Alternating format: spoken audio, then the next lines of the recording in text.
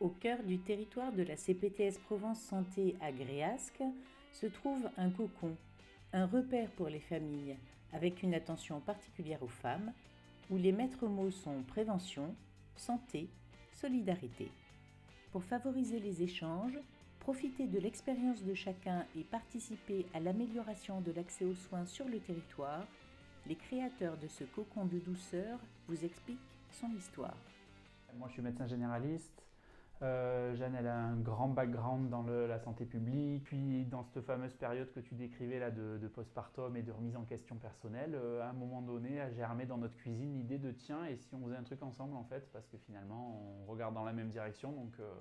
il y a forcément matière à créer quelque chose. On avait surtout les mêmes constats. Ouais. Moi, au niveau à la fois personnel, de se dire que ici, c'est pas le no man's land, c'est pas on n'est pas au fin de la Lozère non plus, mais quelque part, on est entre Aix et Marseille, et quand on est une femme, alors bon, déjà avec des enfants, s'ils supportent pas la voiture, et même s'ils supportent, ça peut être compliqué parce que bouchons, etc., d'avoir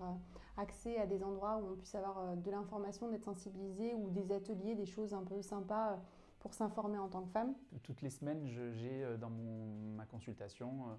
des femmes qui traversent des moments de vie difficiles, voire encore plus malheureusement, encore plus tristement, qui sont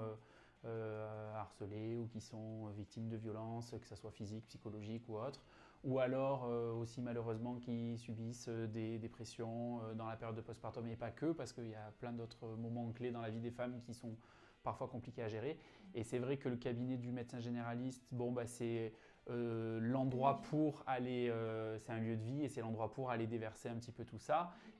L'idée, c'est vraiment de créer un vrai lieu de vie, un tiers-lieu, ce qu'on appelle un tiers-lieu dédié à la santé des femmes, qui prennent en charge les femmes de avant la puberté jusqu'à après la ménopause, quel que soit leur moment de vie, qu'on découvre ses règles par exemple, parce que malheureusement on n'a pas toujours des parents qui ont les bons mots